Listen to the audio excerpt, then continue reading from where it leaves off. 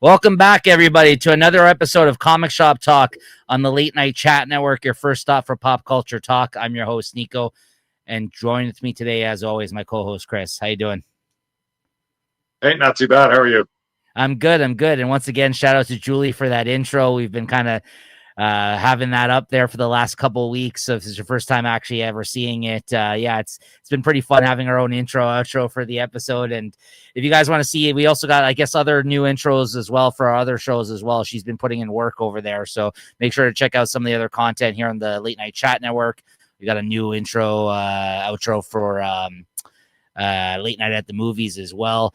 And Chris, this is episode 198. That's right. We're 2 episodes away from 200 here, the big 200 there, Chris. That's a big one, and a few years of us doing comic shop talk here. So yeah, that'll be great to actually reach that. It's a bit of a milestone there. Make sure you're subscribed to the channel, everybody. This is our weekly comic book review show where we get together and talk about the comics that we've read week to week. And we give you our ratings and reviews on them, show off some of the art, get into some comic book news sometimes. And Chris, for instance, today we'll be showing off like a recent haul that he had of books with some really nice covers. I'm sure he'll be showing that off after we talk about the books here this week that we read. So yeah, make sure to stick around for that. This week, we're going to be talking about the new comics that came out for the week of September 24th, 2025. And as always, spoiler warning, be forewarned, we are going to be talking about what happened in the books here this week. So if you're worried about getting spoiled, you can always read your books and then come back, check out our playlist. All right, Chris. All right, let's talk comics. Cheers. Cheers. All right. Big week this week, so let's not waste any more time here. First up on the docket here today, we got DC versus Vampires, World War V number 12, concluding this series, this maxi series that started probably, a year ago, just over a year ago, since it is a monthly title. But I think there's probably a couple months, maybe it came out a little late. But what'd you think of this conclusion, Chris? This is actually, I guess, is this the second or third installment in this series? I think like there's been a couple of them. I know there was also another a mini like another mini series that spun out of this at one point. I think we weren't so hot on that one necessarily, but this has got to be at least the second or third. I think. Yeah, the second one I'm reading, I know that much. Yeah. Yeah, I've enjoyed all of them, and I enjoyed this one. I thought it was a good tale. They kind of had some twists and turns with sort of 3 factions battling it out, and here I guess we had the humans and the vampires sort of to band together to get Darkseid and his legion there of the parademons that came to Earth. Had some of the new gods thrown in there, and they're looking like they were the saviors for a while, but they seem to be on Darkseid's team. And I guess one of the through lines running, I guess one of the beats there was that baby, how they were going to freaking, that was supposed to be prophesized to be able to kill Darkseid. So I think that was kind of cool what they did there. That baby was sort of stuck in a pocket dimension, and they had Damien there, and like Damien was going to be training this baby. And just kind of who was he with? Was he with Constantine and Deadman or something? Deadman, Dr. Fate. Yeah, they were in the House of Mystery, I think. They had him hidden there. And they kind of pulled like a Dragon Ball Z time capsule training thing where time moved differently outside of that House of Mystery that it did for everybody on Earth, right? What seemed it seems like Damien was stuck there for 20 years just training this kid. Yeah. And just some of the banter between them is, I guess Batman trained Damien. They thought Damien would be a good person to train this kid there. And of course, their plan sort of works, I guess. And then as soon as they freaking take out Darkseid, those vampires turn on him again. Yes. And like within seconds, it's like they don't even sort of have any time to enjoy their truce. They're like, "Oh yeah, we won." It's like, what do you think we're gonna do? Yeah. And the way they sort of pull this one out of the fire, I'm not sure really how it works, but the Green Lantern and Supergirl team up to. Do they pull the Earth out of its orbit so it's not sort of stuck behind the sun or whatever sort of has been blocking the sun from getting to Earth? It comes out and all of them are cooked. And I guess it leaves the story that there's a few vampires floating around, so we might have you kind of, a few little stories to clean up the mess. But otherwise, I thought it was a pretty good story. Absolutely. I think they stuck the landing. I was thinking about this while I was reading this and just to compare it to even a comment that we made recently here on the show. Like, I know we were both kind of talking about how One World Under Doom, for instance, that's going to have 9 issues and has been going on for the better part of this year. We both had mentioned how we thought that it was getting a little long in the tooth, despite us enjoying it. This is honestly one series I've never felt that with. And here we are 12 issues into this one of maybe a few installments that we've had of these mini series of this DC versus vampires. The only good or worthwhile Elseworlds book, we're checking out personally, in my opinion, still that's been coming out regularly here. And every installment has been good. They really just gave us just enough every issue. I thought the art has been good because it's been consistent in terms of the artists drawing it throughout the whole run. The writers, same thing. It's been really cool because it's been all encompassing of like every corner of the DCU. I felt as the story kind of grew, you kind of got to visit like all different areas of the DCU and all different types of characters. This was just a really fun book through and through. And I think like we give a lot of books shit for, overstaying their welcome here on the show. That's why I wanted to mention this is one that I feel like has always been enjoyable throughout all of its installments. And every time the book came out, I've always looked forward to talking about it here on the show. So I think they really stuck the landing, and a lot has to be said about that as well. So I think we got to really acknowledge that because there's so many books where they're struggling to even go 10 issues before they get canceled these days. And, they take forever to actually wrap up or move on to a different arc, and they have bad arcs. This has always been good. I've always enjoyed this title. And hopefully if this is the end, or if they do put out another mini series where, like you said, they're going to take out the last few vampires. I don't know. It said the end at the end. It didn't have like a question mark or anything. This might be it, right? I'm not sure, but if it is, they definitely stuck the landing for me. I think this has been a thoroughly enjoyable book the whole time. And I really hope they put out a nice big hardcover collection. As you know, I like to add that to the shelf if they do. So yeah, good stuff. What'd you give this, Chris? Yeah, I give this I would a 4.25. In the series as a whole, I'd probably even give a 4.5. They take their time with it. I think that's the beauty of plays into DC's Elseworld strengths. Back a few years back, that's the only thing they're really good at. At least, like you say, you can have the same artist going through all the way through, and you don't have to kind of rush things, to try and keep up with other things that are going on in the universe, which I find that's happening with that One World Under Doom. But yeah, I thought it was great. Yeah, well said. I totally agree with you. I'd also give this a 4.25 and the series a 4.5. And yeah, it's something if you guys out there missed this in issues as it was coming out, and they do put out a collection, or you just want to go pick up the hardcovers or paperbacks they have out currently, definitely worthwhile, definitely worth your time checking out. Yeah, so it was all by Matthew Rosenberg. It was previously co-written by James Tynion, and just this miniseries. I guess this is just Rosenberg at this point because he kind of left DC now, James. So this is just Rosenberg, I feel like, on this miniseries, and this Otto Schmidt did the art throughout the whole thing. Yeah. There was also one miniseries that spun out of this, but that wasn't that good. I remember we read that. That was okay. It wasn't by the same creative team, but all like the 12-issue series that came out, whether there was 2 or 3 of them, I can't remember, and like a couple of one-shots and stuff like that, that was all by this team. Like, as long as you, like, I think everything but that one miniseries we weren't really that hot on was really good, and that's almost excusable, honestly, that one miniseries. Like, if you don't check that out, it's not gonna, I think, affect it. I think that was about the kid, right? I think it was about Mr. Miracle's kid more so. And yeah, I remember what you're talking about, but I forgot what it was called. Yeah, that one was by a different writer, different artist. That one wasn't as good, I feel like, but everything else was solid. So, all right, next up we got Skinbreaker #1, a new Image #1 by Robert Kirkman and David Finch on art. What do you think of this, Chris? I thought the art's incredible here. It's a very all-encompassing art. Like every panel is detailed. With the color, whoever's doing the color in that, it complemented the art style very well. the story, it's you can kind of see where it was going the whole time. You got the old chief and I guess his son. They're out there hunting, and this old man can't really keep up.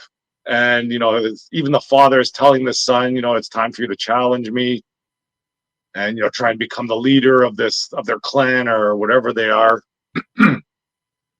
And the son's, he's like, oh no, don't worry, I got you. You still got a lot to teach me. I still got a lot to learn from you. And then there's some other outsiders that might be vying for the leadership of the clan. So there's a little bit of a internal struggle as to who's going to lead this.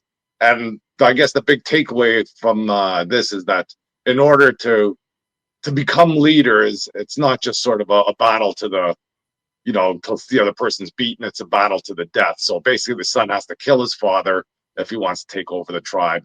And the second sort of story there is the chief's, I guess, grandson. He's not breaking the skin, I guess, and he's still. It's been 8 years, and he has been able to break the skin, and yes. I guess that's a sign that he's weak or something. And then the guy that wants to take over the tribe is a newborn baby, which they don't recommend, breaking skin on, and he convinces them, and then they breaks the skin. So it's almost like it's a stronger bloodline is vying for the chief titleship of this tribe here. Yeah, I agree with you. These are definitely like story tropes or familiar stories you may have seen before. It's definitely nothing new, but I think the story so far was well told. They're kind of, I guess they're like orcs. It seems like, I don't know. I thought this was going to be more like a Conan-esque type of book just by like the look of it and the name of it, but it wasn't. I mean, like I knew it was always going to be like orcs. I guess they don't call themselves orcs, but that's what I think they are. Like, right? But yeah, this whole tribal kind of thing with them and the way that they're. The whole Skinbreaker idea of them having to break the skin and stuff like, yeah, he's like Rudolph the Red-Nosed Reindeer. He's the only guy that's like not stepping up almost. Hopefully there's something that makes this guy special, like in that sense, you know what I mean? I know it's a weird comparison, but he's the one that's like almost like, something's wrong with him almost because he's not ready for prime time with his skin breaking in the sun. Like he gets burned and hurt by the sunlight, although he can't step up. And so, like, it seems like their whole bloodline almost, except for the son, is weak. The son now has to kind of step up and take out the father, the guy who's in charge, it seems like. And he has to actually challenge him by the end of this issue because that other guy, like you said, who keeps trying to get kind of butt in and say, like, how strong his child is. And he literally puts his baby into the sun that's not even ready.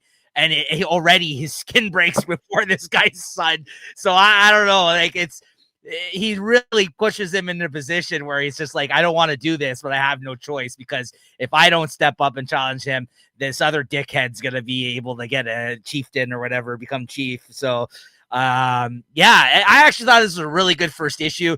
But honestly, the biggest takeaway from this is like what you said, what you started out with saying there, Chris, is the David Finch art. I've never seen, I mean, I've always thought David Finch was an all right artist. I don't love him as an artist normally, but this is the most detailed art I've ever seen him do. Apparently, somebody was telling me he's been working on this since the start of COVID. So I hope he has this whole series banked, and this isn't like a case where like the art gets shittier as the series goes on, because this is the most detailed, fantastic looking David Finch art I have ever seen.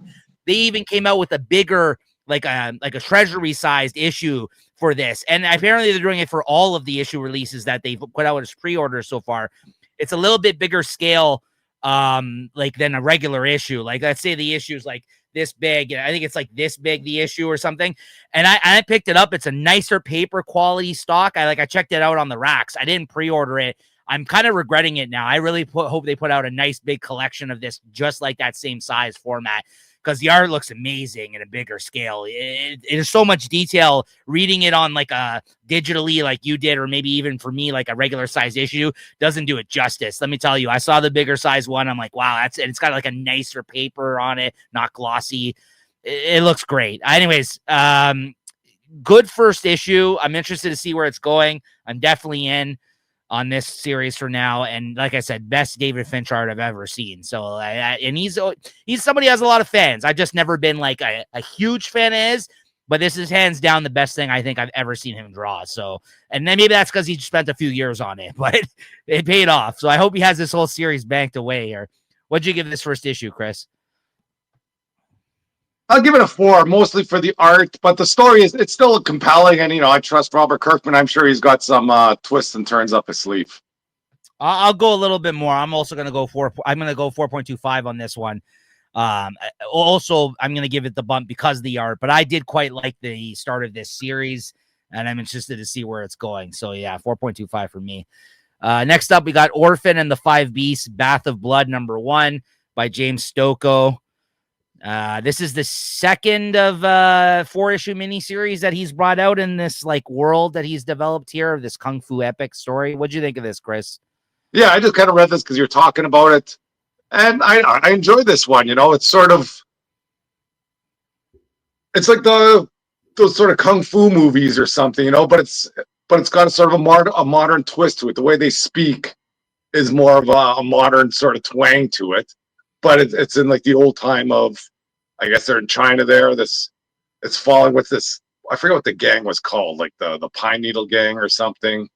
Yeah. And they seem to be thought of as villains. And the first character, I thought that was a male, but I guess when they go to the bathhouse, yes, I guess underneath all that armor and after battling the demon, I don't know if that's a reveal or something, but you realize that she's a female there, and then she meets that pregnant lady that's living with a doctor, and he's got some crazy things going on. And then there's I guess the police chief or the magistrate or whatever. They're just trying to run up this gang, and then this freaking gang just kicks their ass. And then there's like the overlord or like the police chief, I guess, kind of comes in. And then if you read on further, it sounds like they're going to be teaming up to battle up some demons later on. So they're not really kind of making anything surprising, but it's still a fun read, and it's just it's fun. It moves along, at a good pace. What do you think of the art? I think the art suits this. It's not an art that would wow you, but it's a style, like a very manga style, I guess. I don't know. Yeah, it's definitely manga influence for sure. I mean, I love the art. I own an original page of James Stocco's. He did like a Marvel Avengers in the Future one-shot years ago. I bought a page from. I've been a huge fan of him for a long time. Definitely manga inspired. He's done a lot of great stuff. He's done Godzilla comics. He did an Alien comic, like for like Aliens, the movie. He did like for Dark Horse Comics. I just really think his art is very unique looking. It's not like anybody else's art out there, despite the manga influence, especially working for like Big Two Comics or like within like the company. Like he doesn't done too much work for Marvel or DC. Actually, that's not true. He's done a bunch of stuff for DC, maybe not so much for Marvel, but he's worked within the Big Two companies as well. Like an issue there, an issue here, an issue there. I think he did some stuff during James Tynan's run on Batman. He did some stuff in some of his issues. I just love his artwork. It's very detailed. I love the colors. He also, I think, does his own colors all the time for his art. And he's like an instant buy for me, whatever he puts out. But this series has been fun so far. And yeah, basically this is continuing where they left off. I'm glad to hear it didn't seem like you were too lost jumping in with his second miniseries. I think he definitely made it accessible.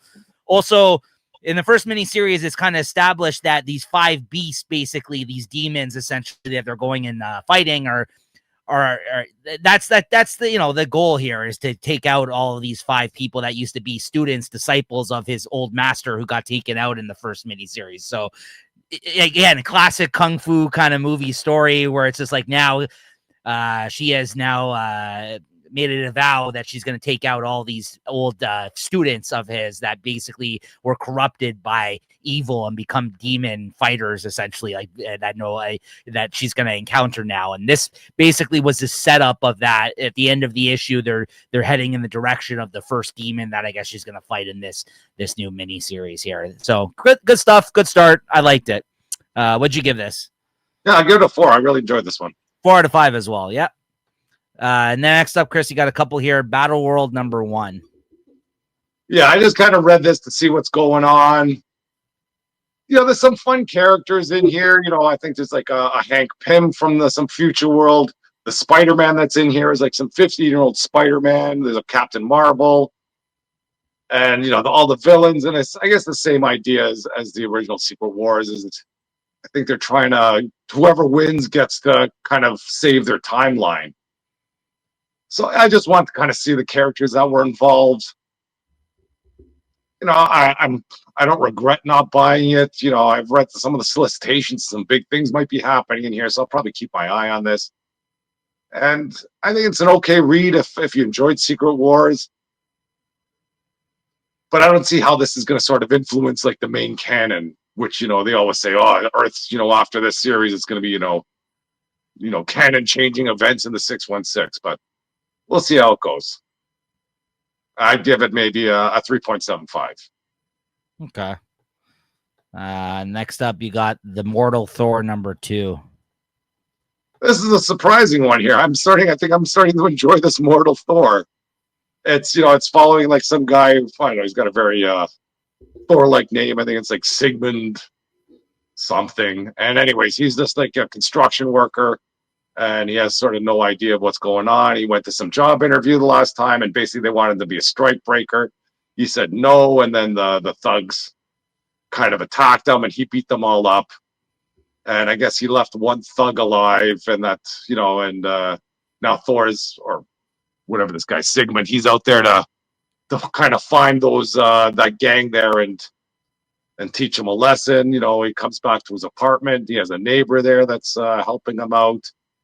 He kind of patches himself up, and then he asks for like some sort of elastic type rope and a drill. You're wondering what he's up to.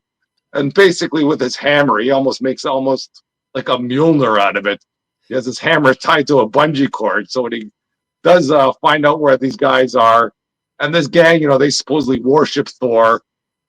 And, they're kind of saying, oh, you're not the type of guy Thor would go. He comes in there, he fucking busts their ass. And using this hammer tied to a bungee, so it kind of acts like Mjolnir a bit there. He'll throw it out. He'll freaking bring it back. And, these guys all worked for Roxxon. So now Roxxon, the higher-ups are involved. And they realize they got a bigger problem on their hands. So I think they're going to bring in some super to try and take care of business here. And I think it's a fun story so far. And I didn't really think I'd be liking this, especially after that last, the Immortal Thor, I guess, where it was all about, that Utgard and all these crazy super gods. This one seems to be more of a street level story. It's interesting because like I feel like Al Ewing, just like he did on Venom, is coming back with a follow-up series, just like he did with the all-new Venom with the Mary Jane. That's less like, you know what I mean? Like same with Venom, like it was very meta and like really like, you know what I mean? Like more philosophical and stuff like that. And now like, and what you described, the stuff about Thor, where it was like, very meta and weird and stuff like that as well too. Now he's coming back again with a follow-up series where it's a more grounded approach, like he did with, it's like almost like he just applied the same type of thinking that he did with the Venom series to the Thor series almost, right? These follow-up series seems to have been more enjoyable for I imagine like sooner or later this guy's going to turn into Thor, and the longer they makes you wait for it, I think the better the reveal is going to be. Yeah, I might have to check. Well, yeah, and like that guy following me, I guess it's Blake. And that might be the old Thor sort of alter ego. Wasn't that like Blake? Yeah, the doctor. Dr. Blake. Yeah, Donald Blake or something. Yeah, Donald Blake. Yeah. Who he buried within himself. Like there was a whole arc that Donnie. Yeah, Cates, I remember some story that he was stuck in Asgard there, and he's not a very happy person now. That was Donnie Cates' storyline that I think he did during his run. Towards the end of him writing, essentially, I believe it was during his Thor run. Yeah, okay, that's interesting. I might have to check this out. I think you've convinced me, honestly. It sounds good. Yeah, I'll give it a 4. I enjoy this. Nice. Maybe I should buy this. Well, maybe not. Fuck with all the comics I'm buying. I remember you weren't sure about the first issue when you had reviewed that on here. You were like, like I said, I read the second. It was enough to get me to read the second one. And I'm kind of surprised to see where it's going. Next up, you got Detective Comics 1101. I didn't get my issue. I think they had to reorder. It didn't show up this week, but I still do pick this up. This is the start of a new arc after, I guess they did that, 1100 issue, and it kind of wrapped up that elixir. Was that the name of it? Whatever that thing was. That age one where he was taking the. Yeah, which was good. I liked that story, but this is now starting a new one where I'm not sure where it's headed. Mikkel Janin's still on art, who's really good. It looked great this issue. I love the way he draws Batman. I guess this is more in line with the look of Matt Fraction's Batman now, because he's got like the gray and blue kind of suit going on, which I think is the standard now in that title, if I'm not mistaken, right? I really like the look of the way he shades it and draws it in this issue.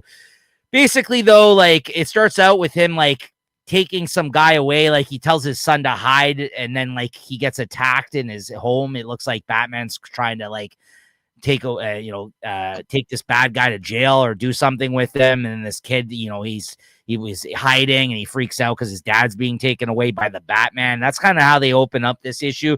Then they cut to like this scene where there's people out on a boat, and the boat almost gets like taken out by a larger boat in the water, like they're on a yacht, and then like this big like Titanic like boat almost like comes to like swipes them in the water and almost takes them out, and then all of a sudden all these dead bodies are floating in the water, and they start freaking out. And I guess Batman heard this on the radio or whatever, and goes out there to help people. And then he gets what's her name, Barbara, there in his, like, he has contacts on, I guess, that she can see through, and he's getting her to help him scan to see that he doesn't miss anything. That finds 41 dead bodies on the boat, amongst the ones that are in the water and on the big cruise ship or whatever that he ends up jumping on. And then he basically thinks that there's like some like some disease, like all these people are dead. He doesn't know how they died. He finds like one kid that's still alive, that's on the boat, like playing like a handheld video game, and he's looking sickly, like he's very thin, and he looks like, he hasn't eaten in a long time, and he has like blotches and stuff on him. So like he thinks there's like some biochemical, like kind of biohazard disease or something like that's actually on the boat, that he isn't like able to tell like what has gone down or like what the setup or why this has happened. So it's like again, he's kind of leaning into the whole Detective Comics aspect of his run, Tom Taylor here, which I'm really enjoying. I like that both of these stories have started out with a mystery that's going to lead eventually, obviously, to like a villain of sorts. And by the end of this, he ends up going to get checked out. Turns out that Batman's got this disease or whatever the hell was on the boat. So yeah. So once again, both stories so far that Taylor has done to this have been interesting. And right from the get-go, whether it's Batman trying to become younger in that first one and taking a elixir or whatever, shooting some shit inside of himself to like make him like actually be able to fight crime still as he's getting older. This one, right off the bat, he's like, yeah, you have whatever this disease is. I was just like, okay, this is interesting. I'm into this. So I give this a 4 out of 5. It hooked me right from the get-go. I was like, okay, I need to see what happens with this story here. So I really have liked Taylor's approach on this Batman run on Detective specifically. It's been very good. I like how he's really taken to heart the Detective title and how he's been setting up these stories so far. So we'll see where this goes. All right, next up we got Beneath the Trees Where Nobody Sees, Rites of Spring #3. Chris, I know you've been reading this, but you missed out on reading this one for the show. You said, right? I believe. Yeah, I think so. Unless I read this last week. It's possible. I don't know. I believe it came out this week, but maybe I just read it late. So this is still a very slow burn, but the thing I appreciated about this issue is they kind of get into this person's past, and you kind of finally see, the family dynamic that she once had. The messed up thing about this is that you learn that the family was going to get in her way, like, because she now like runs that hardware store in the town, right? But you find out in this issue that the hardware store was owned by her father previously, and instead of retiring, it seemed like they were just going to be sticking around in her life and getting in the way of like what she wanted to do. is in becoming a serial killer. I guess she's had these urges. So you learn in this issue that she kills her family. I'm just like, holy crap. Like, I was just like, I read the first miniseries prior to this. They never really went into her origins or like, what this woman is about or her past or anything like that. And you start to kind of peel the layers back in this miniseries. And I think 3 issues into this next miniseries, it's interesting that they've now decided to actually give you a little bit of the backstory of this person. Did you read this at all? Or no, I think it must have been okay. So then this person, I guess, who was like I related to the person who got killed in the last miniseries, who's been trying to like piece stuff together and investigate within the town. Seems like she's getting closer to what's really going on and to like her being responsible for it.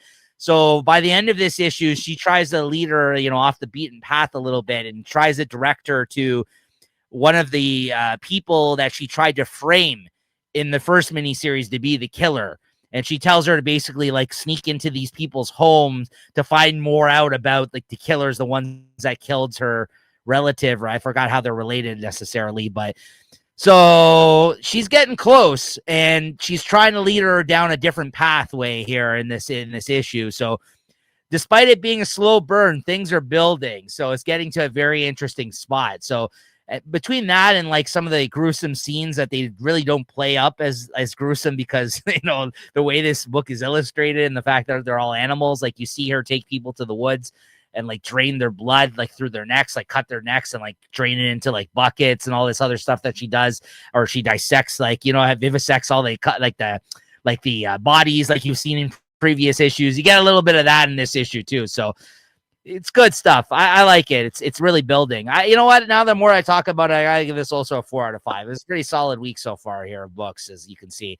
This is probably my favorite issue of this miniseries so far. It's building.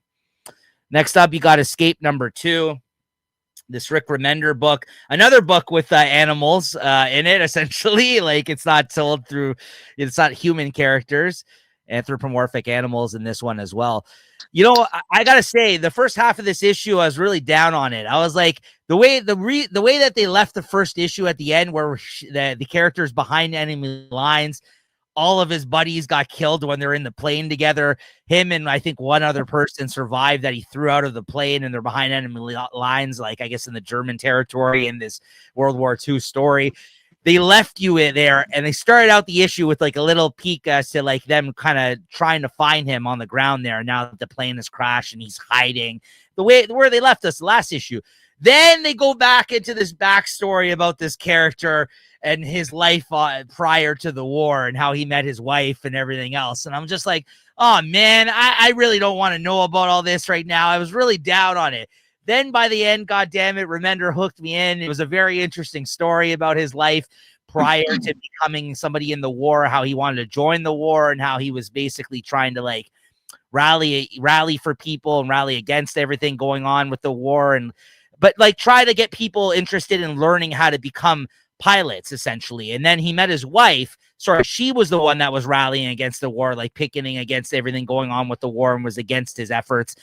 And he met her trying to kind of sway people away from learning how to fly planes. And he's like, in his involvement in the war, wanting to be somebody, preparing people for war because the war hadn't officially started at this point. And, she's on the other side of the picket line there, and they hit it off, though. They fall in love. They become married. He ends up taking a job with her at her dad, his business that he owns. And all of a sudden he's not doing what he wants to do in life. And he kind of feels like, like it was a mistake, but he has to do what's responsible for him and his family and his newborn that's on the way that isn't born yet, and get a steady job. And again, this is familiar territory. You've seen these type of stories through movies or whatever, but it was still well told and well done. And the art by Daniel Acuna is fantastic as always. And by the end of it, I was like, you know what? This is a really interesting story. I like what I read here, this issue. And by the end of it, again, they kind of suck you back into the current day situation with this guy being behind enemy lines. And they end on this really crazy page where it's like he's like around a corner hiding, and this guy is about to approach him with a gun and find out, or suss him out and find out where he is there and possibly take him out.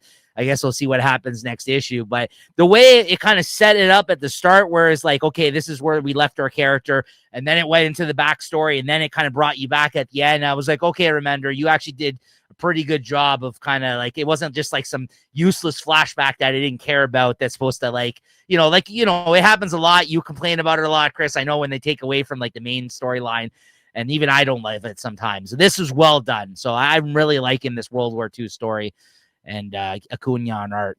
So I give this a 4 out of 5 as well. Good week of comics, as I was saying. Yeah, this is where we left it off on this page. Looks like he like came around the corner and he sees like, yeah, there he is with his knife ready to throw down against this guy who's about to find him there. Good stuff. Then he got Godzilla Destroys the Marvel Universe #3. You didn't read this, Chris? You missed out on this one as well, or? Yeah, I think so. This is still fun. What can I say? I mean, these property comics are fun. Basically, in this one, this is the big issue where the X-Men attack Godzilla. He didn't really take any of them out. They're somewhat successful against them, I would say. They hold their own. Magneto does this really cool thing where he drills. I guess he's able, even though it said Mantium, like he basically controls Wolverine and uses him to drill through a hole into Godzilla's like body, because like Colossus throws him like he usually do the fastball special or whatever it's called, like where he throws him and he's trying to attack him and like dig into Godzilla's skin, but it's too hard and he's not really making headway and he can't really get claw through as fast enough to do him any damage. And meanwhile, Professor X is trying to get in his head and try to control him and let him know that they don't mean him any harm. He just wants to calm him down. And Jean Grey is using her telekinesis to do stuff. So this was just a really good example of the X-Men in their, this great team of this period in their prime doing their thing, trying to take down Godzilla.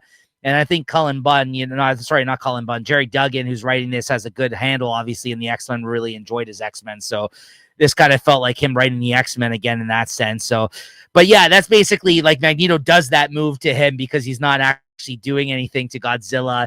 And Godzilla always finds a way out of this. He's too powerful for them. And he took out Dormammu in another dimension previous to the X-Men attacking them. And Dormammu was like all embarrassed because he's like, you're going to make me look bad in front of Doctor Strange now, essentially. Now, I wasn't able to take on Godzilla. And I like what's going on here. It's just a fun, again, out of continuity type of story. I much prefer actually what's happening in this one to the Predator comic versus the Marvel Universe right now. If I had to compare the two, because since they're two properties that we have similar type of miniseries going on at the moment. So I give this 3.75 out of 5. By the end of it, there's like a Wakanda. Basically, there's a whole Wakanda. They've been trying to build something like a big mecha kind of Godzilla type of like thing to fight the Godzilla. And meanwhile, Bruce Banner, the Hulk, has been over there helping them as Bruce Banner, because he's one of the best scientific minds there in the Marvel Universe. And at the end, they give you a sneak peek of these huge weapons that they've built, that I guess a big Hulk, he's going to Hulk out and grow big, I guess, somehow, or fight Godzilla. I guess they have some plan for him to get up to his size, and that he's going to fight with these big weapons that they've constructed for himself here at the end. They show like with the vibranium, I guess, this big Thor's hammer, big axe type thing. So we'll see what happens next issue. Fun series. Next up, we got Void Rivals #23.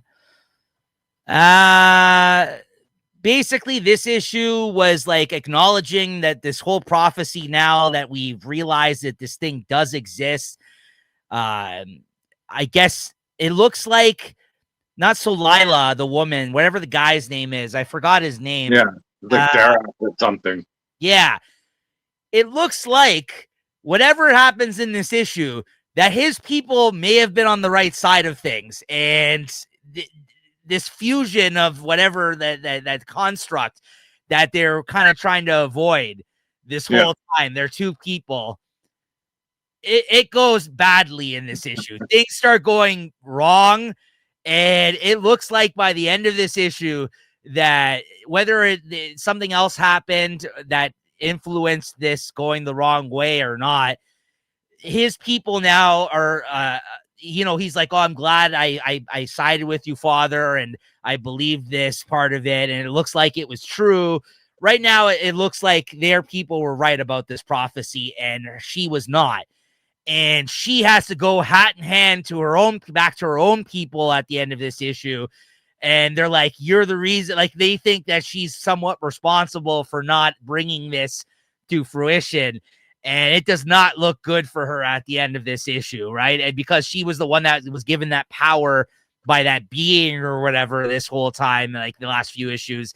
And it looks like she's in a bad place at the end of this issue. So it's almost like a changing of the guard. We're almost coming into 25 issues for this series as well, like Transformers has been and G.I. Joe. We've had so many issues of that between that and the miniseries right now. So I think this book is either going to come to a critical point where it's going to end or it's going to fold into something else. I think that's going to go into this crossover. It's building up to a very interesting spot so far as well in this one. And also checking in with Suxoid, because I know that's all we care about, Chris. They take him away last issue after he like defied that Prime Skuxoid or whatever, and they end up he sees the process of them cutting him up and creating a bunch of different Skuxoids. So he actually is awake and aware. Like apparently he like comes out of the anesthesia or whatever that they put him under, and he sees what happens when they cut pieces of him off and it turns into other Skuxoids. Like he sees all his pieces on the ground essentially, and he's kind of like in the middle of the process in this issue. So now we're kind of seeing a peek behind the curtain of what's going on with that when he creates all those doubles. Interesting stuff. I also give this a 3.75 out of 5 this week. And then finally, Hyde Street number 9, which I'm disappointed you missed this issue this week, Chris. This was a great issue. Great issue this week. Basically, I think they're bringing in Sisterhood by the end of the issue as well. Now they're going to tie in, I guess, the miniseries as that's wrapping up soon. I think that's how they left off the issue, saying that the Sisterhood people are coming in next issue. But in this one, they talk about this Dr. Ego and how he came to be. And then if you forget who the Dr. Ego guy is, that's the doctor that the guy with the glasses brought the werewolf kid, what's his name? Frankie. Pranky to take the mask off at the end of whenever that happened a couple of issues ago, where he basically brought him to a doctor to figure out a way to get this off of him. So you go into the whole past of how this guy became this doctor on Hyde Street, how his father was like a plastic surgeon back in the days where they didn't really know much about plastic surgery. And he's doing all these crazy things like these, procedures. And then basically how that turned into him basically becoming a plastic surgeon in his life. But he was the type of guy that created people that needed unnecessary plastic surgery for people that thought that, there was something wrong with them. And a couple of those people are now his nurses, essentially, that work for him on Hyde Street now, essentially. So very interesting stuff. Seeing how all this is working together. I love this stuff. And honestly, reading this back-to-back weeks with Creepshow, this is the Creepshow book. This is way better than Creepshow, this book. Honestly, I like Creepshow a lot. I said it's like my favorite anthology, but this is essentially the same friggin' thing. It's just way better written. Also, one of the people that he worked on, his father, seemed to be Marilyn Monroe, they hint at in this. So there's that part of the story, too. I just really like this. This is a very well-told story. I didn't know Jeff Johns had this in him, but this is a very interesting part of Jeff Johns' career. Post-DC, he's doing this. He's doing Geiger. This guy is doing it all, man. These are some great series that he's putting out. So I got to give this a 4.25 out of 5 again this week. Great stuff. And by the end of it, they're like, okay, now we're bringing the Sisterhood in as well now, it seems like. So he's really weaving out through these stories and bringing everything together in a great way. Next up, Chris, The Seasons number 8. Yeah, I just read this one online, but kind of following this story here. And I think we had, was it Spring? She kind of went in that wall and all those clowns were chasing her. And she found that wall of weapons and she was kind of fighting back. And I think the beginning's talking about how she doesn't really feel any sort of remorse for killing these clowns. She's kind of just mowing through them all. And then she runs into her sister that's still under the thrall of the mirror. I think she sort of breaks that spell. And she realizes that that all these clowns are afraid of some certain sword. Yeah. And I guess this is what's going to sort of turn the tides. And I think, once she got a hold of that sword, all those clowns sort of took off. And the sister that was An artist, the other an one. artist, yeah, she seemed to be under the thrall. And you think that the head clown there was going to break her, and I think if he did break her, it would have been just it spread the chaos even more.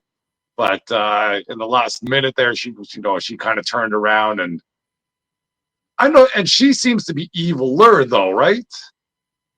Or Who? is she the Winter on the artist? Like she wants to kind of take over things now. Yeah, the way that what they alluded to at the end there is, yeah, that she has bigger. I mean, here's the thing with all these other sisters, they all have bigger aspirations. These ones, right? Yeah. Like, and I think Spring, the one that where you kind of, she's the main younger girl, right? She's kind of the one that's kind of still doesn't really have a direction for her life. Like she's very directionless, it seems like, amongst all the other sisters. So she's the only. I think she's the one that's going to need to be able to, Yeah, see. to kind of save everybody. And Yeah. then that Summer sister, she was the one that was the actress. She seems to be broken or free from the thrall and Yes. working together now with Spring. But now Winter might be under, not even the thrall of the mirror, just, under the lust for power or something, just to be noticed or be seen. Yes. Yeah, so it's good stuff. Yeah, it's interesting stuff. I'm interested to see where the story goes.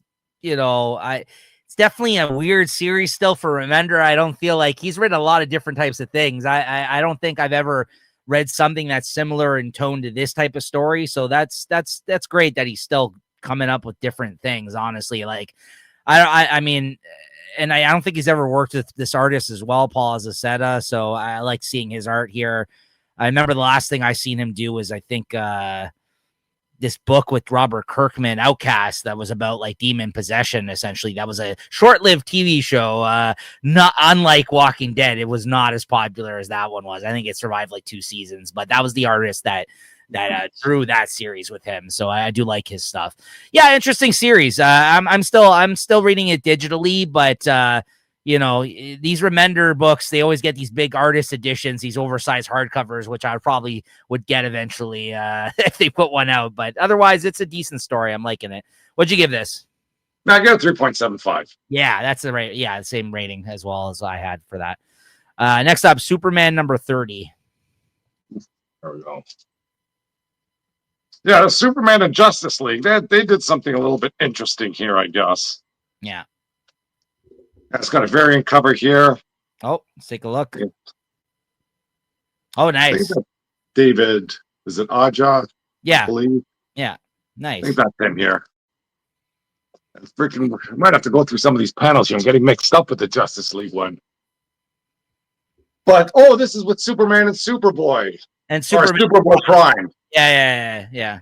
Yeah, so they're I don't know, I guess they're in some future world or something fighting the Darkseid Legion, and there's really they're handing it to Superman. I think they got him sort of up against the wall, and I think the last issue, Superboy Prime, kind of revealed himself to be a villain here, or siding with the Legion there, and I think they're waiting until I guess one of the Legions opened a portal back to Superman's world, and then Superboy or Superboy Prime kind of revealed, another double heel turn, I guess. Swerve and he goes, I've been working with you the whole time. That caught me by surprise. Same. And he kind of redeemed himself. Then he kind of stayed behind just to make sure nobody else would follow him back.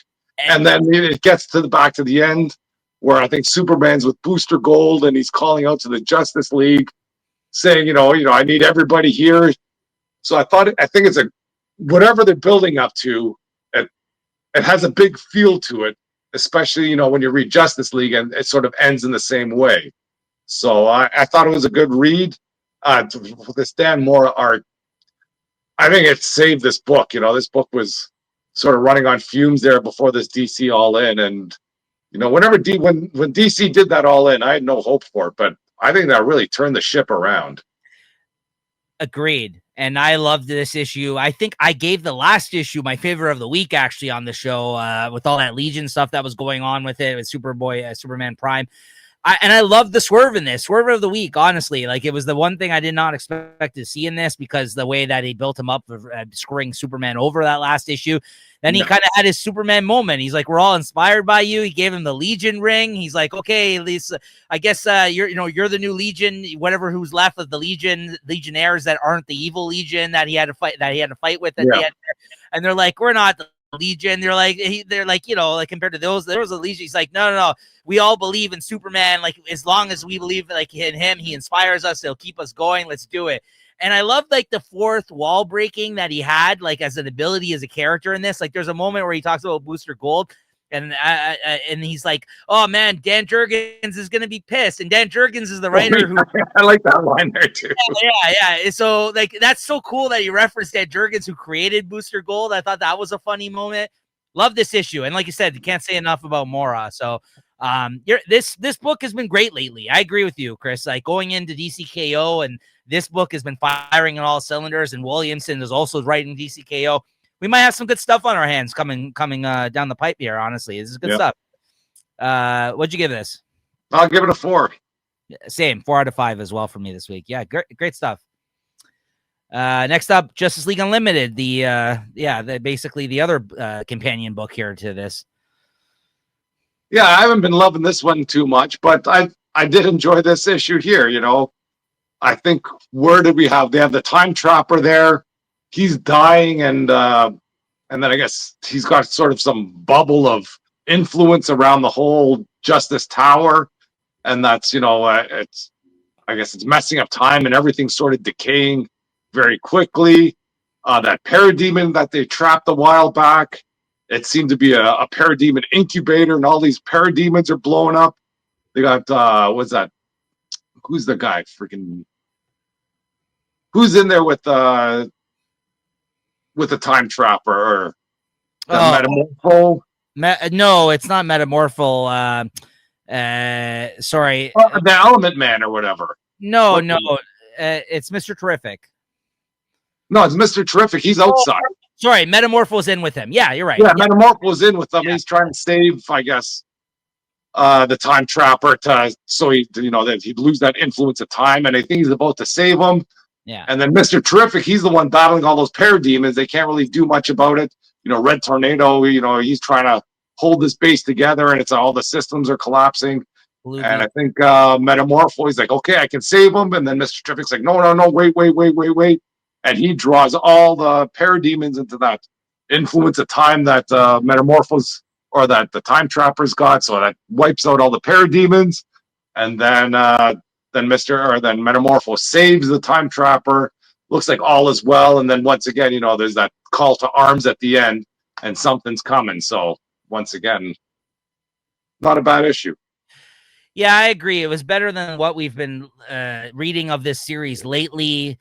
This is the one time where I feel like, because it's a tie-in and lead up to the KO stuff along with Superman this week, where it actually worked to its advantage, because I know usually we've been complaining about how this has basically just become the anchor book to all the other books as a result of Wade. Yeah, not having a story on its own, really. Exactly. And there's been not really that much development of them as a team. And the fact that Wade's the one that's orchestrating all these books and writing this one, it's really just for him to help explain like what's going on with this stuff.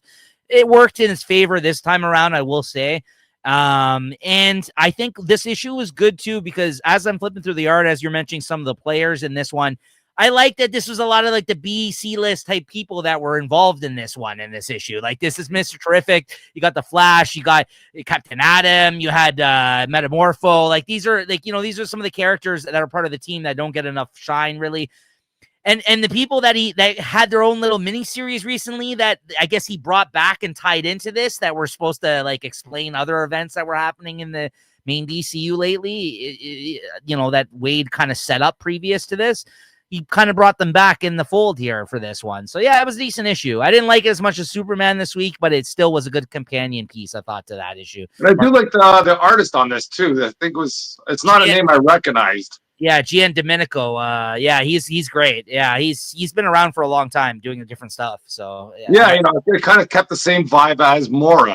Like or maybe the coloring is just kind of keeps that same tone going on. It's not like, you have the Superman with Mora, and then here you got somebody drawing stick figures or something, No, I've always been a big fan of his stuff as well. So yeah, it was nice to see him on for these last couple of issues. Good stuff. Yeah. What'd you give this? I give it 3.75. Same. Yep. All right. Next up, we got going to some of our super women corner here, Chris. Absolute Wonder Woman number 12. Absolute Wonder Woman. Hold on, I gotta find that. I got a variant cover. Me too. For that. Well, where'd it go? I got the Mirka and Dolfo. Do you have that one as well, or? Let's see. Hold on, I got a bunch of Wonder Woman covers this week. Which one did you have? No, that's not. I got this Mirka and Dolfo one. Oh, here it is. Sorry. Yeah.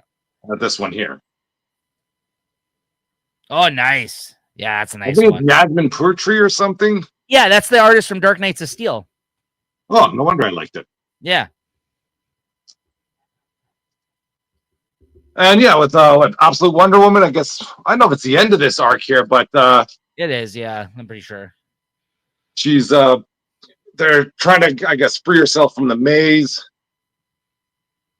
What happens? I guess she found, like, I didn't read the last issue, but there's that 10 that's in the other Amazon that she went to find. Yeah. I guess she put some magic in a rock and frees the what's that, the Minotaur, and I guess whoever else is trapped in there. And then she has sort of one last battle with the Queen of the Maze. It turns out that Queen is an Atlantean. She used that sword there, or the trident from Poseidon. It kind of tracks that, since Poseidon's a Greek god, she does have some influence over that. And it sounds like she had more influence over the sword of Poseidon over than this Queen of the Maze. And it turns out the Queen of the Maze is an Atlantean. She brings up some water, so through that Poseidon sword, and sounds like she kind of frees everybody at the end, and kind of tells I forget what her name is, who's that Queen of the Maze, and all her mermen there. What she was doing was wrong. I'll give you a chance, but if you mess this up, I'll free you. If you mess this up, I'm coming after you. And then I guess one of the big story beat here is that when that Amazonian 10 kind of exits the maze, she gets zapped away, and you don't know what happens to her.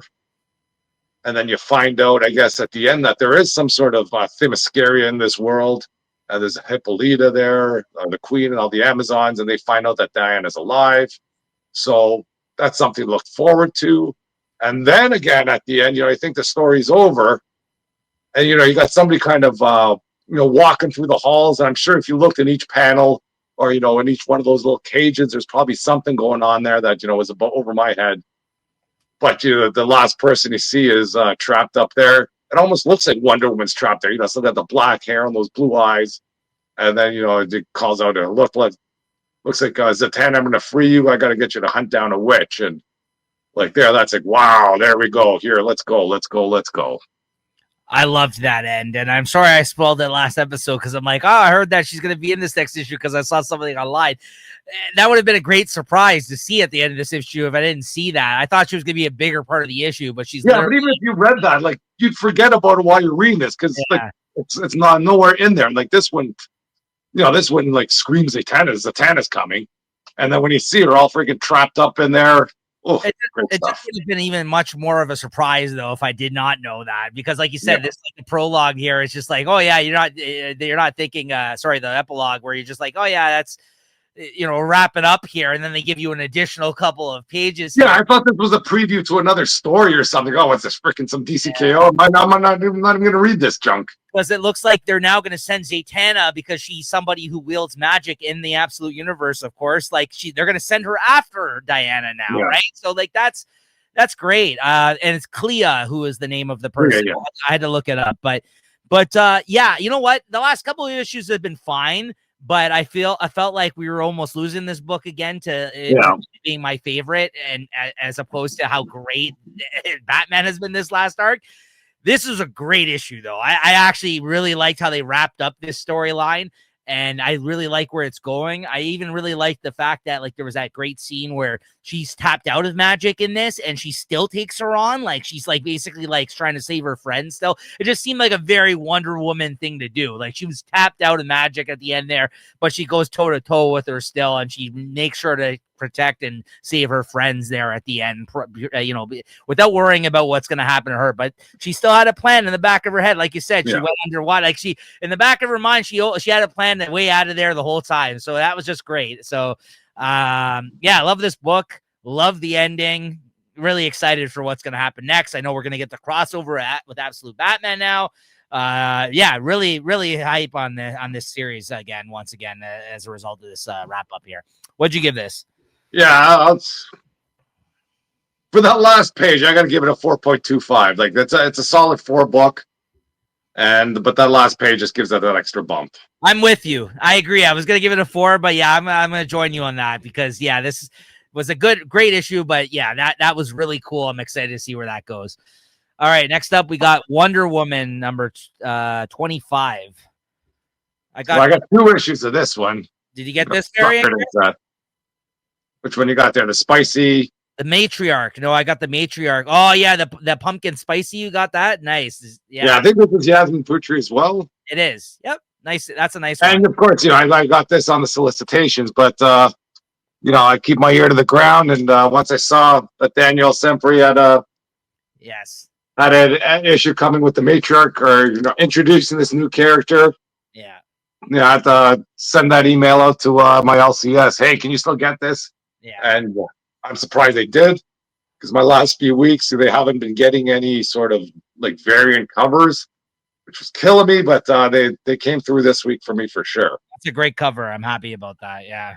And it got me hyped for this issue. Like I didn't know how they're going to fit this character in. I thought they're just going to take a break from this Most War. Hold on, we got to talk about this ending. I need to hear. Yeah, get into it, but I need to see how you interpreted that ending. I may be confused about what happened there at the end, but go ahead. Yeah, I got to hear this.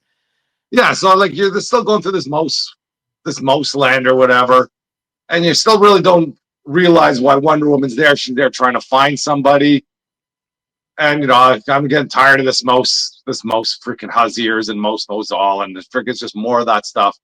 But every once in a while, there's some panels where you see like freaking DC heavy hitters getting taken out, and like their freaking dying words were like Wonder Woman. It almost made you think that like Wonder Woman has gone bad and is freaking off on all these people.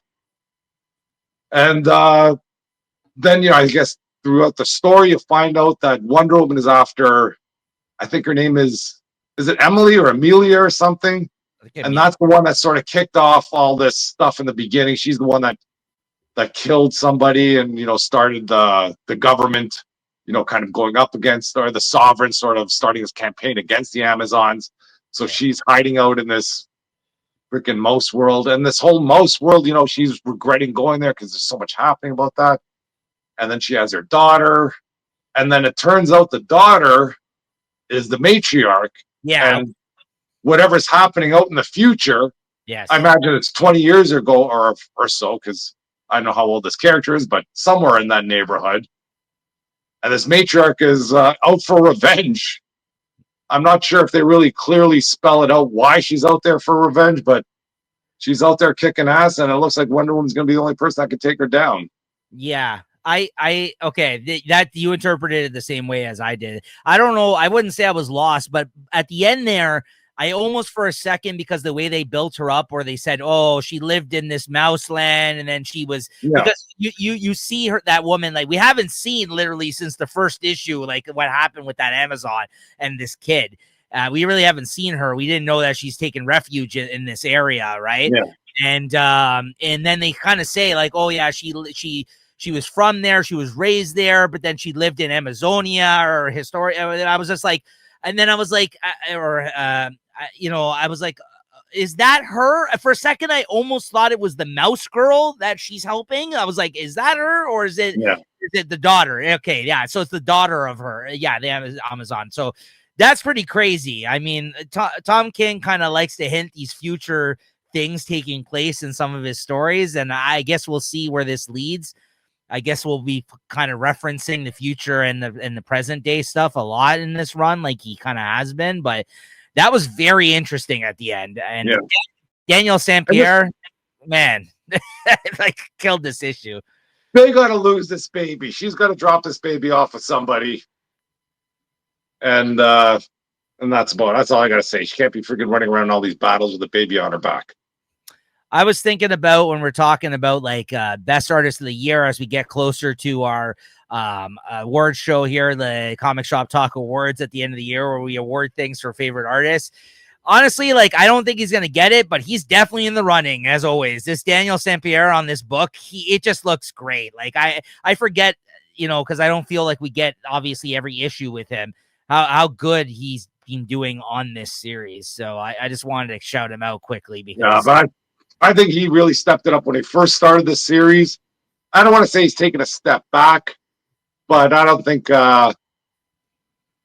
maybe the shot selection is as good as it was in the first 12, 15 issues. That's fair. He's also slowing down. Like, this isn't him right here on this panel, for instance. George Fornes, who works with Tom King a lot, is the other artist that's doing like these future sequences of the superheroes getting taken out, right? So I like he has an opportunity to get some good splash pages, some good action shots of Wonder Woman doing big things, like he had a lot of that going on when she was fighting whatever those 5 people that she had to take down. That's very fair. No, I agree with you. That's a very good point. But like, it still looks great, is what I'm saying. Oh yeah, it still looks good.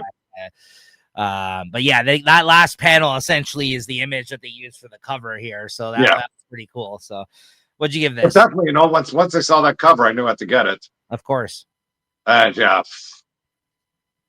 I don't know. This could be a 4.5. Like those scenes where he's taking out those heavy hitters. Like, just I saw that one with was that Hawkwoman? Like, her freaking wings are on the ground and just pushes it over the freaking side of the building. It's like, whoa, what the heck? Yeah, I'll stick for a 4.25 though. But it was a really good issue, and again, one of those series where I feel like the last couple of issues have been interesting, but this kind of stepped up a bit, this one, with the introduction. Actually, I might drop this to a 4.25 as well. I just remembered all that freaking Mouse Hazier stuff. Yeah. That takes away some points. Even though the kid tries to talk at the end, get out of here. I know. Then she finally said Wonder Woman. She's like, yeah. All right. Hold up here. What do you got here? Yeah, I agree. All right, next up, I think we got this all in one slide here, so I just got to jump ahead. We got Black Cat #2, Chris, for the next book here. Oof. Black Cat. Adam Hughes covers. Keep them coming. I'm buying this all day, all night. The story, I wish this wasn't written in an arc sort of form. I think it's just still spinning its wheels. You hear her on the street level. She's kind of just fighting Joe Blow. And what Tombstone is kind of just taking an interest in what she's doing. And, there's sort of no supers involved. Doesn't somebody show up here at the end to kind of help her out? Oh, Daredevil showed up at the end to help her out. That was a surprise. Yeah, she hits on him. Yeah. Whatever. Come on, Black Cat. You know better. But the art, I think it's decent. It's growing on me, like I think he here, this artist here at least is picking his scenes. Yes, and he's delivering on them, But yeah. I want this thing to start picking up and kind of finding out who's going to be in the stories, and I imagine there's got to be somebody else coming in. It's just going to be Black Cat, and if it's Daredevil, okay, but I hope it isn't. I actually feel like, outside of what you're saying here, I actually think that, unlike a lot of the other female lead mutant books, at least that we've been reading lately, I actually thought that for once there actually is a possibility of a story worth telling here in this series. So yeah, it's definitely better than any of those mutant ones, except Storm, maybe. Yes, I agree. No, that's an exception. Yeah, absolutely. But yeah, okay. I didn't know if you were saying otherwise. Okay, no, I agree. No, I want this to start picking up. Like, I think the first issue was her deciding that she's going to be a hero. Yeah. Here, she's fighting some just some low-level street thugs. And I think the next issue might be picking up when Sandman's coming into the picture. Yeah. And it's just, I feel like they're ramping things up too slowly. That's they fair. should they got to come out, guns blazing in the first issue, and then you can kind of backtrack after this. Yeah, because this whole idea, I think, like, for once, I do feel like there's a story worth telling here, and I like the idea of her becoming more of a hero in people's eyes and this kind of stuff. Like, yeah, unlike some of these other X-Men books where they're like, oh, this book needs to take place in the past, or like some of this shit they do. This is a good current day story worth telling, I feel like, here. So yeah, I agree with you. What'd you give this? I got 3.75. Yeah, same. Yeah. Next up, we got Emma Frost, the White Queen, number 4, with David Nakayama cover. I think he's been doing a good job on these covers for the series. I do quite like these. I think I got an Alex Ross cover. I think it's the Polaris one. Oh, nice. Yeah, that's a good one. And I don't think I pulled the David Nakayama cover. You can't say no to that. No. And then when these ones are there, I don't even know which series they belong to. No, it doesn't matter. I picked up. What was this comic here? I sort of leafed through it first before I read it. Leafing through it, I go, "Ooh, what's going on here?" I think the art is decent. I wish it would be better, but it's still good. I don't want to say it's bad or anything. I agree. But then leafing through it, I see the Sentinels are involved in something, and go, "Ooh, what's happening here?" And, Mystique shows up at the end. So, then when I did get a chance to read it, I'm happy to say I wasn't disappointed.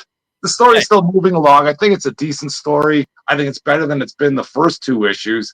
I think when Emma Frost is still sort of looking for some allies or something to try and get out of the sights of the Inner Circle. The Inner Circle seems to be, or the Inner Circle of the Hellfire Club seems to be dead set against, trying to finish her off. And there seems to be some vote for the White Queen coming up sooner than she realized. And whoever was running that Las Vegas club sort of backstabs her. Of course, we're not going to kill her. We're just going to throw her in the desert, and let these decommissioned Sentinels finish her off, which, it looks like they might be able to do that. And then out of the blue, Mystique comes in there, and Mystique kind of makes or allies with her, saying, hey, we might not be best of friends, but at least I know you have mutants' best interest at heart. We got to get you inside the Hellfire Club, and we got ways of doing this stuff. So I think this issue it's better, and now I think the story is sort of finding its legs. Exactly. That's exactly my same thoughts. I'm glad you agree with me because, this was the best issue of the miniseries so far. And just when it's found its legs, I feel it's wrapping up next issue. So I think it's the next issue that wraps up. But this was a nice little bright spot, let's say, on this little miniseries that they've done. I've been buying them for the covers. But between that and some of I thought that the artist stepped up a bit in some of these pages here this time around, too. It's a shame because as soon as now that it seems like they're finding its legs for this series, now it's going to end. But it was a decent issue. So if this is taking place in the past, I don't think Emma wore pants until like freaking 2015. Well, she should be walking around in her thong and tights and her thigh-high boots because I believe that was that's right, the costume of the times if they want to be accurate. Yeah. Her with her, exactly. Her leather bustier. Exactly. Yeah, 3.75 easy all day. Agreed. Yeah, best issue of the miniseries so far. And then next up, I got Storm number 12, which I think you said you missed out on reading this one this time around, which this is the conclusion to this series, sadly. I don't know if they'll return to it post this new Age of Revelation thing that they got going on right now. Because this concludes the Thunder War storyline, which has been dealing with the fallout of Storm basically becoming a god, halfway through this series. And you know what? It definitely got a little bit more, let's say, I don't want to say confusing, but definitely more complicated as it's gone on the last couple of issues with the involvement of the gods, Eternity. And in this one, basically the creator in the literal house of ideas, Marvel's a house of ideas. There's a house of ideas in this, whereas there's basically a creator above Eternity that shows up in this. But, you know, some stuff happens. It concludes this Thunder War. You know, I think Storm basically goes back to some sort of power sort. You know, she's not like God, I think, by the end of this is what I got out of it.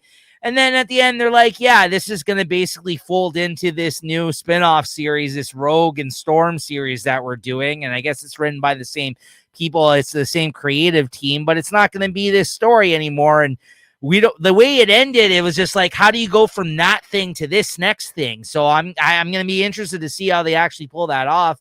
I might read that miniseries digitally. We'll see. I think it's only going to be around for like 3 issues or whatever until they reset it in the new year or whatever the hell they're going to do with the X-Men's is just in a really bad place. Yeah. But I will say this. This was a bright spot, a highlight of all like these, especially female-led books that they've had out of the X-Men titles where they're just basically selling covers. This has been a great series through and through, a good 12-issue run. If this is what it is at the end of the day and we don't get anything else from this and this next miniseries sucks and we don't get, you know, we don't come back to a Storm ongoing, that's fine. This was good. This is solid. I picked up the first paperback and I'll end up picking this up. This is the next one. Great art throughout. Very interesting places that this series has gone to consistently throughout the storyline for Storm that I've never seen happen with this character. So that's the you know, my highest compliment I can say about this series. So I'll give this a 3.75. Ended on a good note, but I can't speak of where it's going to go from here. Honestly, I just don't really have a lot of faith in the X titles right now. So, you know, I know we're going to be trying out a couple of the new ones that are coming out. Maybe we'll read some digitally and talk about them on the show. I just don't know what to think of this whole new age of Revelation, honestly. So we'll see. Well, I don't know either. Yeah. Next up, we got Spider-Man Wolverine number 5. Ooh. Carrie Andrews back in the house. Where is it? Yeah. Carrie Andrews are worth the price of admission all day, every day. The story, it's secondary to this, but I think this was one of the better stories. I guess it wraps up this arc here a bit, so it's not too bad. I think this Peter Parker's sister, she seems to be aware. She saw those tapes that Wolverine killed her parents, and so she's sort of gunning for him. You know, it's almost the same story that Peter or that Spider-Man and Wolverine had there, and you know, Wolverine or Spider-Man's are trying to stop Wolverine from, you know, just trying to defend himself and killing her. And you know, as he's kind of saving her, she still guns to go to shoot him, and she's blasting away. And somehow they get to the truth of the matter. Who shows up? Oh, that Dreadnought or the Dread Knight or whatever they call him. He shows up, and I think they're about to not save him, but you know, they have him beat. Dread Shadow, yeah, they have him beat. And you know, Spider-Man's talking about, oh no, we shouldn't kill him or whatever. I think Logan's about to agree, and then whatever, the Peter Parker's sister, Teresa Parker, she has some Wolverine claws of her own and freaking just stabs him through the heart. So I thought that was fun. And then you kind of get the reveal of what the actual situation was on that plane. You get the full videotape, and you see that Wolverine was there to save him, to save his parents, but there was no parachutes on the plane. And a telling part of that, the last conversation, is that there was no mention of Teresa Parker. And then she sort of has a little conversation or some, maybe not conversation, a revelation of her own that she may not be Peter Parker's actual sister, and you know, her parents may be people unknown. And I guess the ending there, like, oh, that's a cool picture right there. Like, that's worth something. But yeah, then you have all the villains.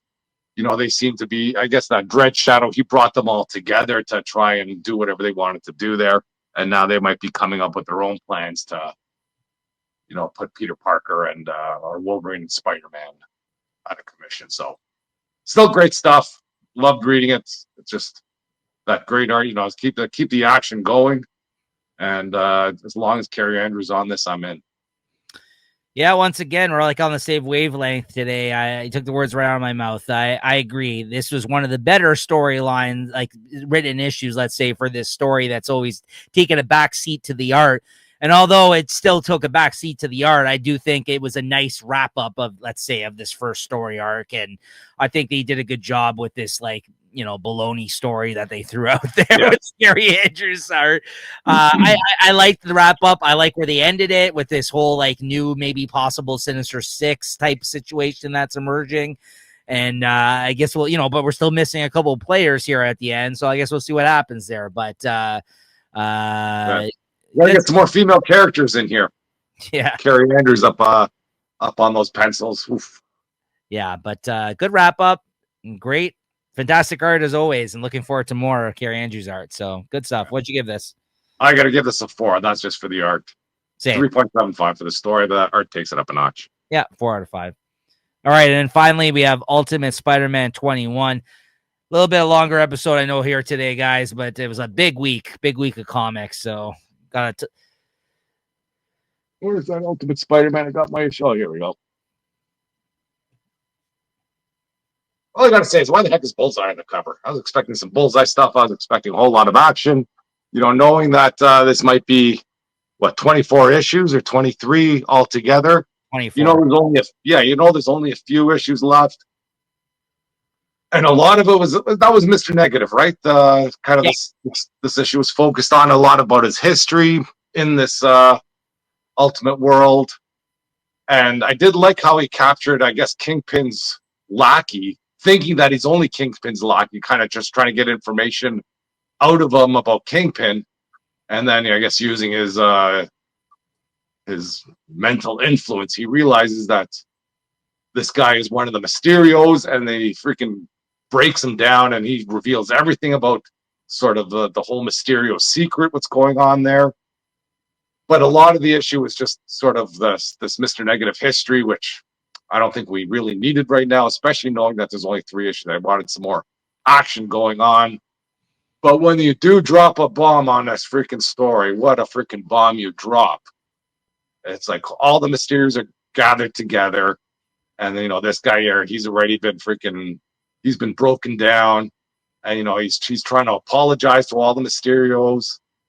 And I think somebody's like looking at him and goes, "Oh no, what did you do? What did you do?"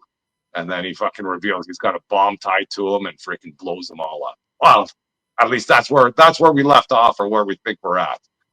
And like, wow, holy smokes. Yeah, I'm going to be sad to see this book go, but it is coming to its conclusion. It feels like it, I'm not that mad at it, and it's still kept up like its quality. So it could have ended a lot worse. And as we see through the ending of this book with the end of this year, another year of comic shop talk, it's still going to be around. I feel like it's going to have some placement on our best of the year still, even though if I had to compare this year to last year, maybe not as high as it was on it last year, but that's only because I feel like they've really had to focus on wrapping things up here. Yeah, knowing it's over kind of it loses a bit of its luster. Yes, exactly. But we still got 3 issues to go. So I'm very much looking forward to see how this wraps up, because this is still one of our favorite books from the last. I hope it goes haywire, but we'll see. Yeah. What'd you give this issue? I'll give it a 4.25 just because of that ending. Without that ending, this would have been a 4. Agreed. Yeah, I agree. All right, so that's going to do it for the books we want to talk about that we read this week on the show. And Chris, you had some books you wanted to show off that you picked up this week, a little mini haul of covers. Oh, yeah, there's a few issues I missed last week. Where are they? Hold on. I think it's these 4. I think I have one of the Alex Ross Dagger covers. I'm going to have a little Dagger collection soon. There's that Ivan Talavera Dagger coming out. It's almost similar to this, but... I just pre-ordered that one. Yeah. I hope I pre-ordered it. Well, I'll get it sooner or later. And I got my Batman Deadpool covers. I got the Archer with Catwoman and Magic. This is the one I pre-ordered. It's a nice one. Yeah, it is.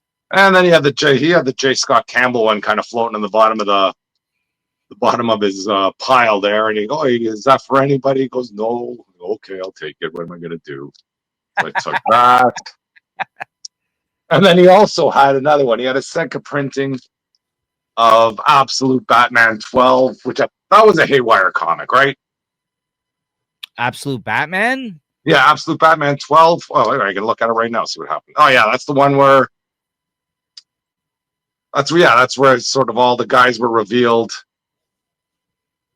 to be after Bane beat them all up and the ending of the Catwoman.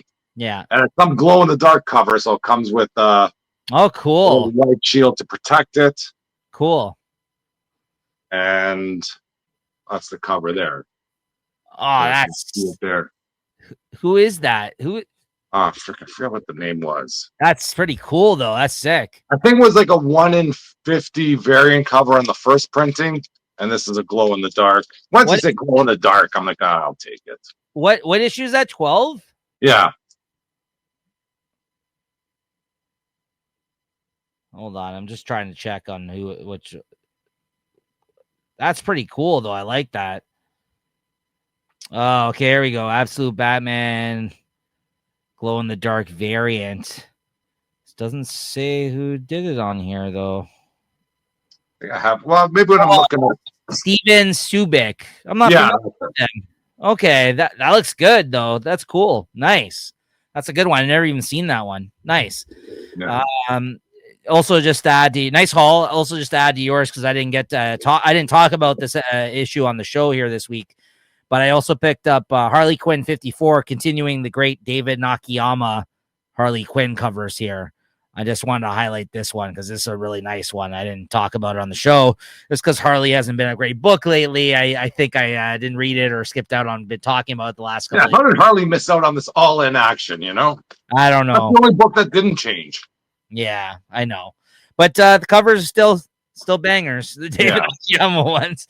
All right, Chris. So that's gonna do it for your haul here. What are you looking forward to reading next week? So out of Marvel, I'm looking for Ultimate Wolverine 10, Amazing Spider-Man 13. I'll be reading the New Avengers. I think that's the one we've been reading, right? Yep. The X-Men Age of Revelation. I think there's an Artgerm cover there I might have pre-ordered. Maybe I'll read this Imperial War, the Imperial Guardians, read that. Venom 250, see what's going on there. And I think that's it for Marvel. There's also that Spider-Man Noir. I don't know if you're reading that. We'll see. Well, I think it's going to be Nick Cage. It doesn't. And for DC, we got Absolute Superman 12. And that looks like a killer cover with a freaking Ra's al Ghul that looks like Bane there.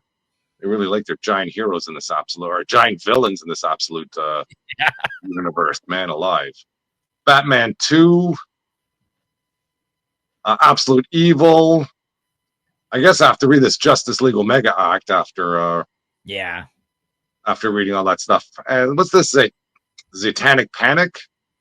Maybe I'll give a look through that, see who's doing that. I'm gonna try and catch up on this Cheetah and Cheshire. Yeah. Robert Justice League. You say that's been good. It has been. And let's see what Image has got. Sacrificer 16. Is that coming back or? It is, yeah. Yeah, I don't think I'm buying that anymore, but definitely reading. That's been a good read. That's always I should be buying that just because it is.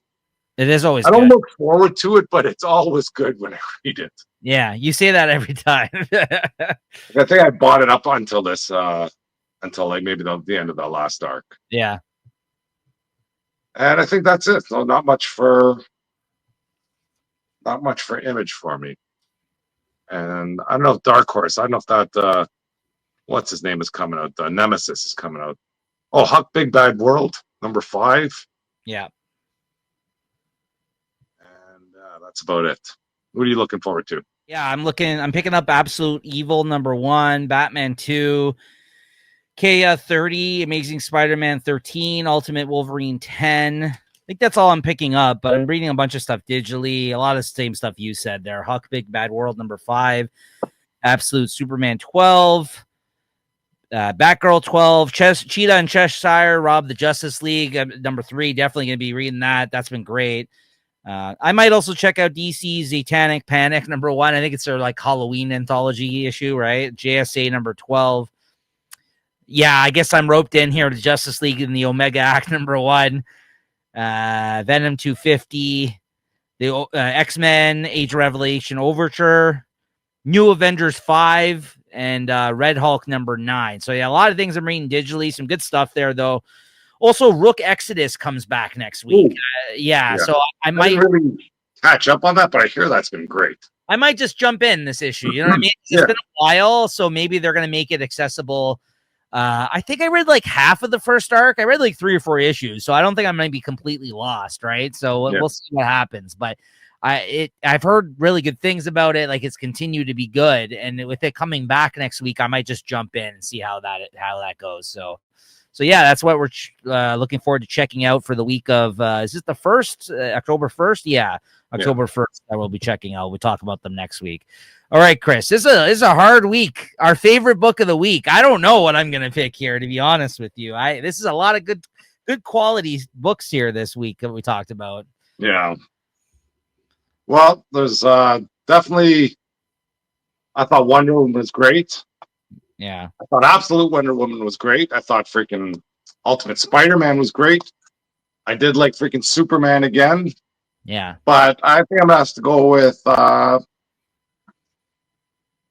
Ultimate. Or no, not Ultimate. Just the regular Wonder Woman. Wonder Woman 25. I'm glad I got 2 copies. Very nice. And I think I will know this one here. Yeah. I hope it's this big character. This character that seems to have something going on right now. You know what? All those books you mentioned are definitely in the running for me too. I like the start of Skinbreaker this week. That had some great art in it as well. Hyde Street #9, which you missed out on reading this week, was excellent. I think I would definitely have been in the running for you, honestly, this week if you had read it. You know what though? I think I gotta go. I think I gotta go outside the box a little bit here, and I think just based on merit alone, for the fact that this has been an enjoyable series the whole way through, I'm gonna go with DC versus Vampires World War V, the conclusion of this, because this was also a solid issue this week. They definitely stuck the landing. And like I said, I'm just going to throw it the favorite of the week based off of how long we've been enjoying this title and how consistent it's been, because I think it should get recognized for that fact. Because like I said, there's so many series that have gone too long in the tooth, like overstayed their welcome here, that we've talked about on the show. And this has always been something through and through that we've enjoyed talking about and reading. So yeah, I'm going to give it to because if this issue sucked, that would not be the case, but it was a good issue. It ended on a good note. So I'm going to give it my favorite of the week this week. Yeah. It's kind of like when they screw up on an actor who hasn't got the Oscar for so long. You know what I mean? When they give it to Leo for The Revenant, they're like, "Listen, we owe you an Oscar." When Al Pacino, he's got a lot of great movies. Just like they've always been #2 movies. It's always been like a great movie coming out that same year that you came out. And then they win for some movie that you shouldn't be winning. Yeah, they went from got a Leo DiCaprio and Adam Sandler movie. Well, we got to give it to him now. Like, this is a rock movie. You get it? Like, what? For this movie, you serious? As much as I love The Departed, that's what Scorsese first won on. I love that movie. I think it deserved to win, but at the same time, it's like Goodfellas didn't win, but The Departed. Yeah, it's like his worst movie. So it's when you compare it, so this is the achievement award for this. We've given this the best book in a while, so I got to give it up to this book. There you go, Rosenberg. You got it. That actually maybe lessens it now because I said that. No, Rosenberg and Schmidt, they're going, oh, yes, finally. Yeah, Al Pacino winning for Scent of a Woman. Like, what the hell? Did he win for Jack and Jill? Hoo-ah! No, he didn't win for Jack and Jill.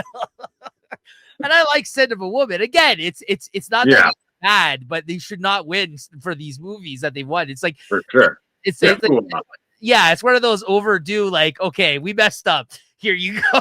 Yeah, you get it. Just because.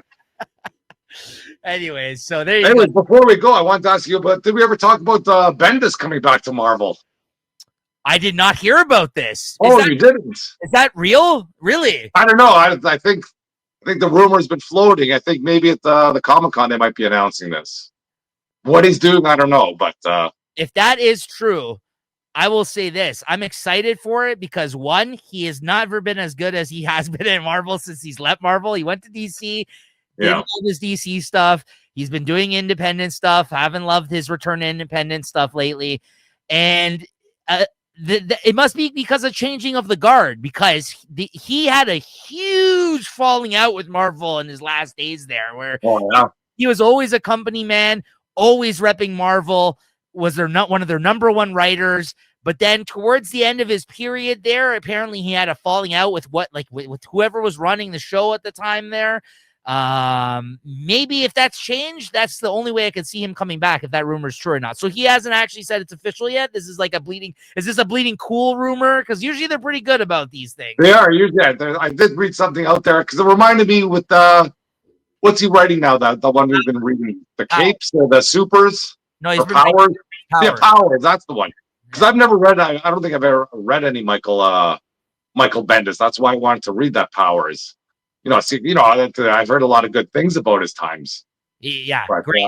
We'll see. I hope he does come back, and I hope he comes back with the story to tell. I was about to say, I hope he comes back strong, because even towards the end of his time at Marvel, though, he kind of felt he kind of fell off a little bit in terms of stuff he's been doing lately. I'm not gonna lie. And then he went over to DC, and he brought some excitement to the fact that he's coming to DC, because he's never worked for DC. It was like changing of the guards halfway through his career, where he's like, Bendis is coming to DC. There was literally ads in the books where it said that. It showed Superman, and it's like, Bendis is coming to DC. It was like a big deal.